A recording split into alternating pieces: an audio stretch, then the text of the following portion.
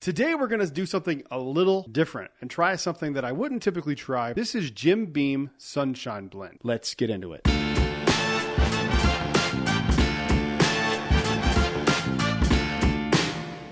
Hello everyone, welcome back to Brad's Bourbon Reviews. I'm Brad, and today, this is two things I don't typically do. I don't typically enjoy Jim Beam products as a whole. Of course, I like Knob Creek, but the Jim Beam label is something that I typically stay away from. Ever since I tried the Repeal batch, which is one of the worst bourbons I've ever had in my life, it's absolutely atrocious. I've kind of stayed away from Jim Beam. I don't mix with Jim Beam. I don't think I have another bottle of Jim Beam outside of this and the Repeal batch on the shelf. That is correct. I do not. I just double checked. I do not. So when I saw this in a Publix liquor store the other day, I had never heard of it, which shows that it's either not on my radar, no one's talking about it, or it's not good, or all three. I'm kind of in tune with the whiskey community. I kind of know when releases are happening. I know when distilleries are doing special releases, and apparently, according to these guys, Jim Beam Sunshine Blend is a special release.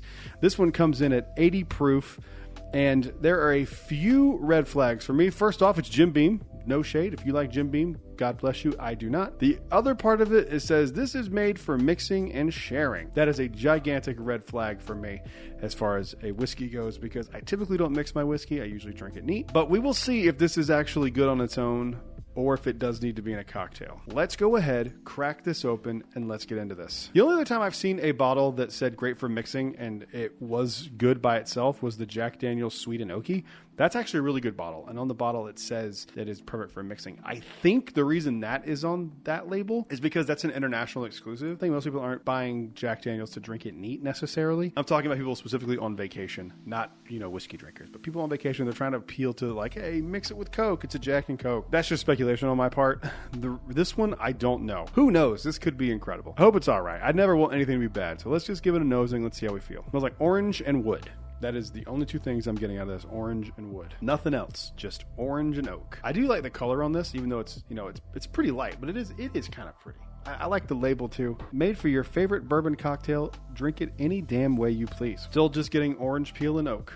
That is the most orangey smelling. Is this flavored? If I didn't know any better, I would think this is like a dreamsicle whiskey or something. It smells nice though. I'm not going to lie. I'm not going to sit here and pretend like it doesn't smell good. It smells fantastic. I know who would love this. My buddy Jace likes orange notes. Dude, if this tastes like it smells, this is going to be up your alley for like a casual golf course, try not to get blasted on the golf course, drinking a little bit. Nose is nice. I'm not I'm not mad at the nose. I'm not mad at this. All right, let's give it a mouthing. Let's see how we feel. That is a 1-to-1. Tastes exactly like it smells. This is objectively not bad. This is not a bad bottle of bourbon. Not at all. This just for me, I don't tend to gravitate towards lower proof whiskeys. But objectively speaking, this is pretty good. I am not mad at this. It drinks hot. I will say that. Dude, that's not bad. I'm like surprised at how actually good this is. I wish I'd have had this for my summer bourbons video. This would be perfect. This is exactly, the label is exactly how it tastes. It's bright, it's orange,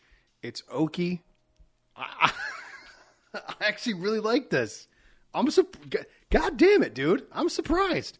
I cannot believe I like this. Wow, man. See, this is why you try stuff, because you never know. I never in a million years. If someone handed me this, I'd be like, get that out of my face. I'm not drinking that.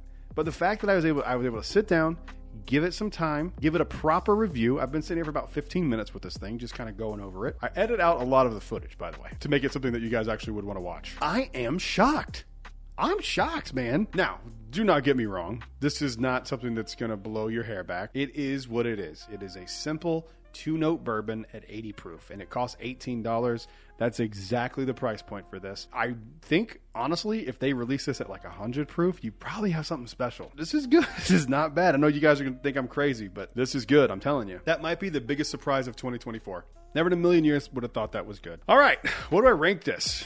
It is still an 80 proof bourbon. It is 2 notes. I'm just impressed for it being Jim Beam and for what it is. I'm surprised it's actually good. I still think it's middle of the road. Don't get me wrong. But I really thought I was going to really dislike this. I'm going to give this a 7.2.